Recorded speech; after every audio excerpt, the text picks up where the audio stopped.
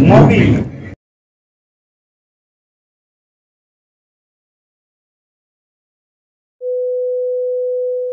Halo teman-teman, apa kabarnya nih? Kita jumpa lagi, kita ngobrol-ngobrol, kita ngopi, ya ngobrol kita lah. Kita ngobrol-ngobrol apa aja di sini, yang tentunya obrolan yang ada manfaatnya. Ya bisa sampaikan kalau ada obrolan apa di kolom komentar. Ya, kita sama-sama bertukar pikiran di sini, ya sehingga tentunya ya ada manfaatnya lah untuk kita semua. Mau ngobrol apa aja silakan. Kita bisa ngobrolin sejarah, boleh juga tuh kan.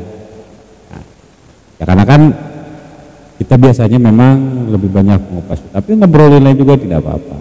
Yang isu-isu terhangat sekarang sedang ramai dibicarakan, ya kita bisa. Nah itulah ya. Ya kita di sini obrolan kita ini biar ada manfaatnya. Ya kayak sekarang ini kan memang sedang ramai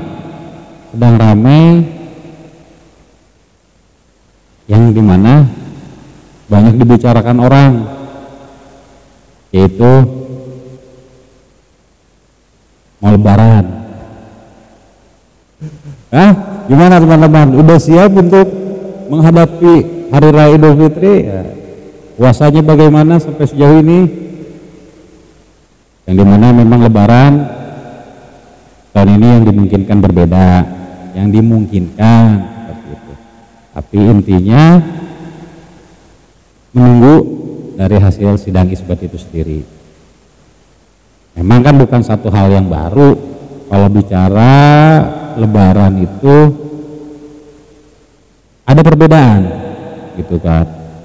Itu udah memang dari sebelum-sebelumnya, mungkin dari kita kecil udah banyak terjadi seperti itu. Jadi ya tidak harus menjadi polemik ya, sebetulnya sih biasa aja gitu.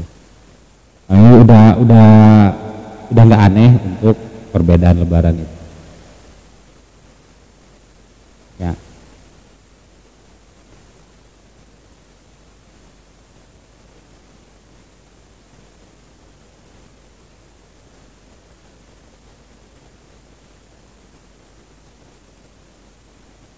Oke ya teman-teman, ya bisa juga menyaksikan di YouTube kami, yaitu JTV Channel. Di mana YouTube kami itu ya, JTV Channel itu memang lebih banyak mengupas, memberikan informasi tentunya tempat situs-situs sejarah itu sendiri. Ya, kita punya acara Galasira, tempat situs sejarah, dan ngopi, ngobrol pintar. Ya sekarang nih ngobrol pintar. Ya, gimana ngobrolannya itu biar bermanfaat lah untuk kita semua.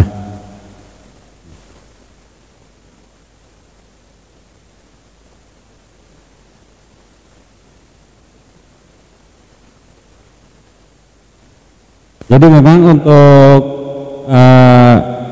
kita ada Nalasira, yaitu memang napak tilas itu sejarah, yang dimana kita sebelumnya banyak menelusuri tempat-tempat bersejarah. Memang masih di wilayah di daerah Bogor gitu ya, karena kita memang domisilinya di Bogor, jadi kita banyak kunjungin tempat-tempat situs sejarah yang ada di Bogor gitu. Nah itu memang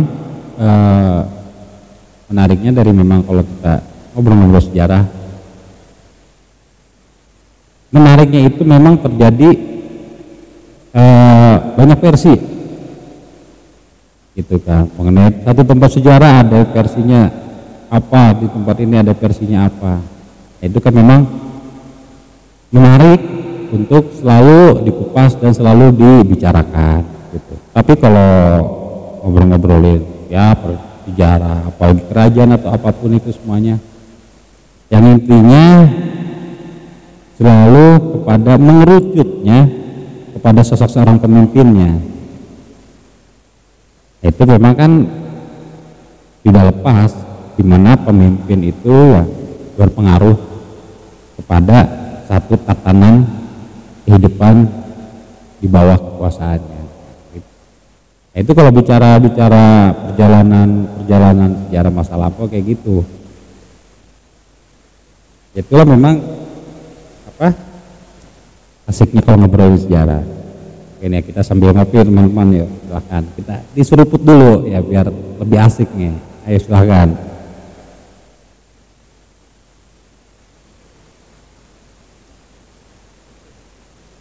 Ya lah bro, ngedut dulu sambil ngedut kita sambil ngopi.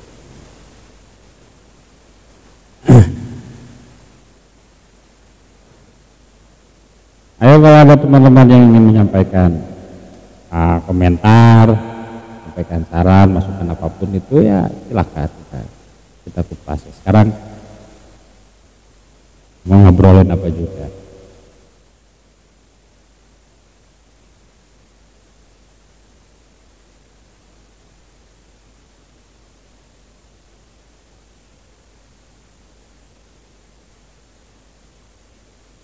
Ya topiknya tentunya ya kita bebas ya, intinya kita ngobrolin apa aja yang tentunya ada manfaatnya gitu. Ya tadi mau ngobrolin lebaran ya silakan gitu kan gitu, mau ngobrol lebaran siapa tentu dong gitu.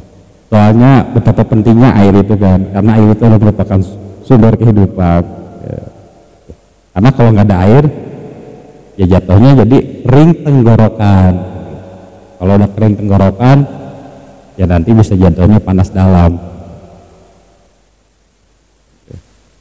Suaranya kurang jelas. Masa sih suaranya kurang jelas gitu. Masa sih suaranya kurang jelas, coba mungkin itu apa di handphone Anda mungkin suaranya yang kurang jelas kali ya. Suaranya udah pasti jelas, atau sinyalnya mungkin sinyal di tempat Neng Alpi nih, mungkin di depan Neng Alpi mungkin ya gitu.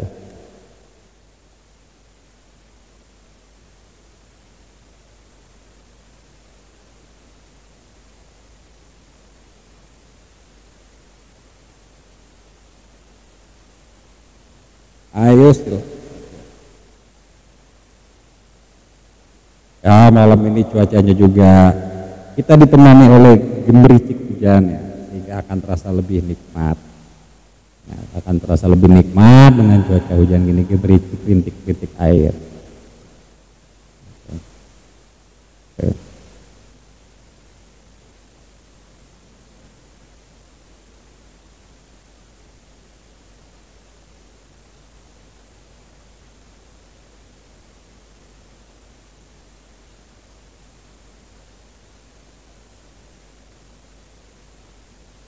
Bro silakan. Ini ngobrol apa nih, Kang Boris? Enaknya Kang Boris? Ya, ngobrolin nih. Gitu. Oke, gitu.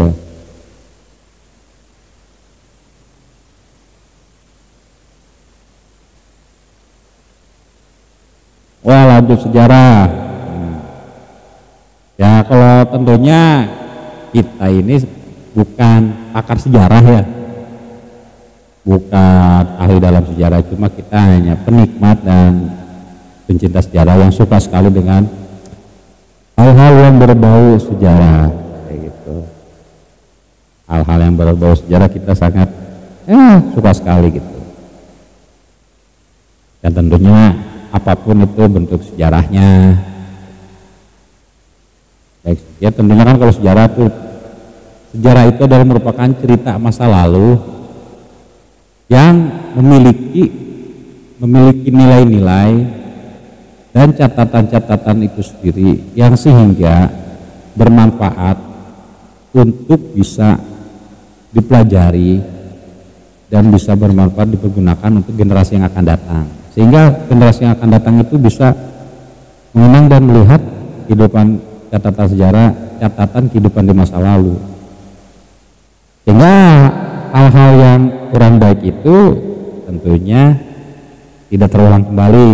Nah, hal-hal yang baik itu harus bisa terulang kembali. Ya seperti perjalanan kehidupan kita itu adalah merupakan sejarah dari kita ada di muka bumi ini, ya, sehingga kita sekarang sudah seperti ini, itu adalah merupakan catatan sejarah kehidupan kita. Ya. Jadi sejarah itu memang ya tidak melulu mengenai kejadian-kejadian masa lalu, tapi ya kita bicara sejarah adalah mengenai kehidupan yang kemarin, itu sudah merupakan bagian dari sejarah. Gitu. Wah, ini ada yang nanya apa nih?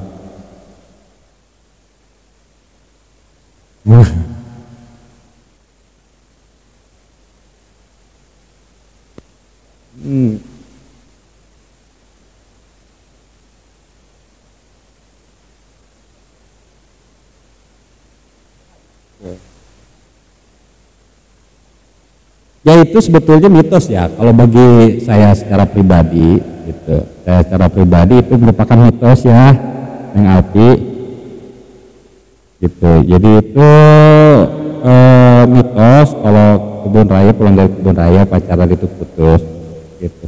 Itu putusnya mungkin bukan karena tempatnya ya, bukan karena kebun rayanya, mungkin karena di dalam kebun raya itu kan memang tidak ada, karena hutan kebun raya begitu luas, jalan keliling-keliling mungkin capek gitu kan, bosan apa di situ ya. Jadi pas pulang dari kebun raya kayaknya ya timbullah perselisihan yang seharusnya tidak gitu. Jadi akhirnya putus. Jadi kayaknya bukan karena kebun rayanya, itu kayaknya mitos. Karena saya sendiri dulu pernah ke kebun raya, tapi alhamdulillah nggak sampai putus gitu, malah sampai jadi loh gitu, malah sampai jadi loh gitu, alhamdulillah berkat ridho Allah gitu. Jadi ya itu memang ya mungkin mitos lah, mitos kalau untuk kebun raya itu. Ya mungkin suaranya kurang keras ya lalu. Pada Pak Ismail, Masya Allah, gaskin Akang. Oke, terima kasih nih Ismail Umar gitu. Allah, terima kasih doanya gitu. Semoga Ismail Umar juga gaskin juga gitu. Ya gaskin ya, untuk mendoakan dan mensupport kita. Wah, ini ada lagi yang menanyakan untuk ke situs Batu Kedok. Wah, situs Batu Kedok yang di daerah Cibeduk gitu. Situs Batu Kedok yang daerah Cibeduk itu kawasan Bogor, masih di kawasan Bogor juga ya, tepatnya daerah Sukaraja ya, Cibeduk Raden sana. Itu rutenya ya agak lumayan sih ya, karena selain ngelewatin jalan raya masuk ke dalam gang-gang sampai kita ngelewatin pematang sawah, ngelewatin kali kecil, sampai tim kami pun ada yang kecebur di kali itu. Mungkin memang sengaja kayaknya tim kami itu, jadi memang sebetulnya ya mungkin pengen ngerasain juga kali ngecebur gitu. Jadi berenang. Jadi cuma ya mungkin trik aja, tapi memang itu tempat cukup wow lah, gitu, cukup wow karena posisinya berada di perkebunan singkong gitu, jauh dari warga gitu, yang begitu batunya amat besar. Itu memang rutenya kalau di kawasan Beduk Raden Sukaraja Kabupaten Bogor. Tasik itu tempatnya memang agak gimana ya, seperti itulah. Ya bisalah kalau ada yang pengen ke sana bisa merasakanlah situs Batu Kedok tuh kayak gimana. Ya Batu Kedok itu karena nama Batu Kedok karena topeng gitu. Jadi memang batu tersebut seperti menyerupai topeng gitu. Jadi seperti menyerupai topeng, jadi kedok itu artinya topeng.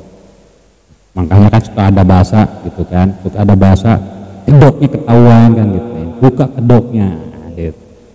Ya itulah ternyata topeng gitu. Ya apalagi zaman sekarang ini banyak yang berkedok, banyak yang bertopeng, makanya harus berhati-hati. Kalau kata Bang Napi, waspadalah. Nah itu. Itu waspada dengan orang-orang yang suka berkedok, yang memiliki topeng seperti itu. Jangan sampai kita terlena. Itu memang kalau untuk ke situs Batu Kedok gitu. Ya asiknya itu lewatin kali kecil, banyak bebatuan. Ya tim ada yang nyebrang, ada yang kecebur. Dari pengalamannya yang asik itu aja. Ya kalau di musim pasir angin berbeda ya. Kalau musim pasir angin itu memang dia topeng asli, bukan dalam bentuk batu. Gitu. Kalau di pasir angin itu, musim pasir angin itu topengnya itu seperti terbuat dari bahan emas. Jadi topeng beda dengan Batu Kedok gitu. Jadi itu lebih menggambarkan kehidupan di masa lalu yang memang menggunakan topeng itu memang dipergunakan untuk dalam kegiatan acara-acara ritual atau persembahan gitu. Nah, itu sehingga dipergunakan topeng biar tidak diketahui orang-orang yang sedang melaksanakan ritual itu. Ya mungkin artinya maknanya adalah ketika untuk melakukan satu ritual atau peribadatan tidak perlu diketahui oleh khalayak perang. Ya mungkin pada saat dulu ya topeng itu dipergunakan untuk ritual atau persembahan, mungkin arahnya ke arah sana. Itu memang ada di musim pasir angin, itu di daerah Lewiliang itu tempatnya. Di musim pasir angin itu banyak sekali peninggalan bersejarah, baik berbentuk arca, berbentuk patung, berbentuk batu, yang memang sebagian besar itu adalah merupakan peninggalan dari zaman prasejarah gitu, Megaliticum, banyak sekali di situ. Pada saat kita ke situ juga ke musim pasir angin ya kita terbuat takjub dengan museum tersebut. Ya memang museum ini mungkin bisa dikatakan begitu kurang familiar ya, sehingga kurang sekali banyak dikunjungi oleh orang-orang masyarakat baik dari lokal sendiri dalam Bogor sendiri ataupun di luar Bogor. Tapi sebetulnya ternyata ya tempat tersebut musim pasir angin itu memiliki ya menyimpan benda-benda bersejarah yang sangat luar biasa. Silahkan bisa dikunjungi museum tersebut teman-teman. Jadi ya bisa sedikit tahu lah gambaran mengenai kehidupan masa lalu, orang-orang masa lalu seperti itu. Ya khususnya yang pernah membuat satu peradaban di Nusantara ini. Gitu. Karena itu adalah merupakan cikal bakalnya.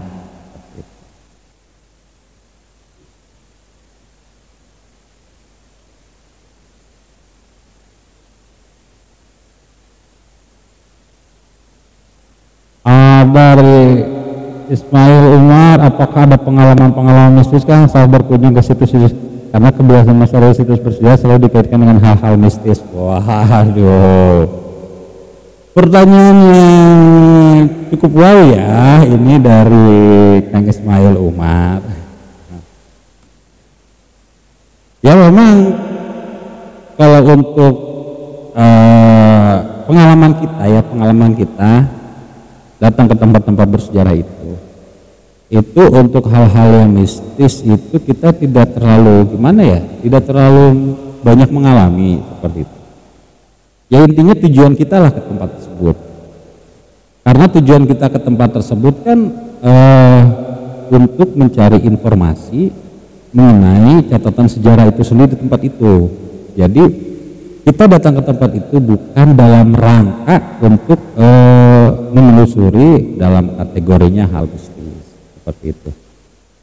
Ya ketika tempat-tempat sejarah dikategorikan dengan selalu keterkaitannya dengan hal-hal yang mistis, itu memang itu satu hal yang memang sering terjadi ya, dikarenakan mungkin tempat itu diyakini memiliki satu makna tersendiri, sehingga diyakini bahwasanya tempat itu memiliki aura-aura atau energi-energi yang dapat dimanfaatkan oleh orang yang mengunjungi yang untuk mencari atau ingin mengetahui hal mistis yang ada di tempat tersebut.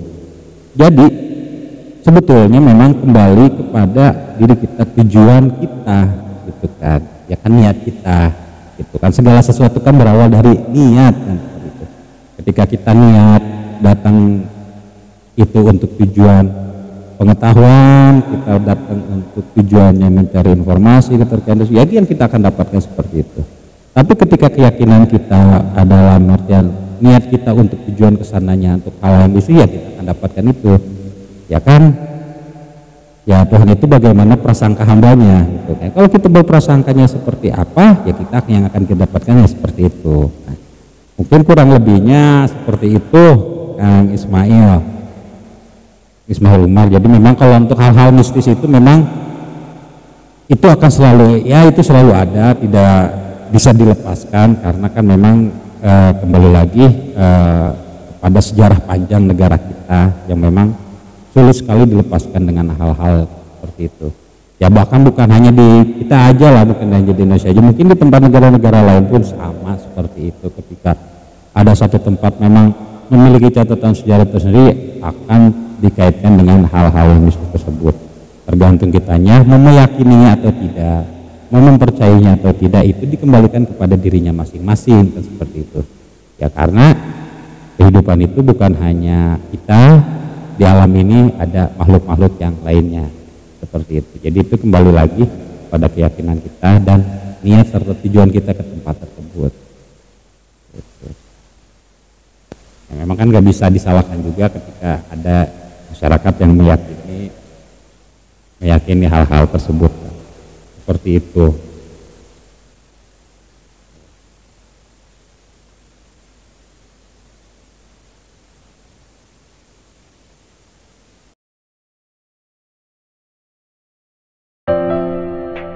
Rocky.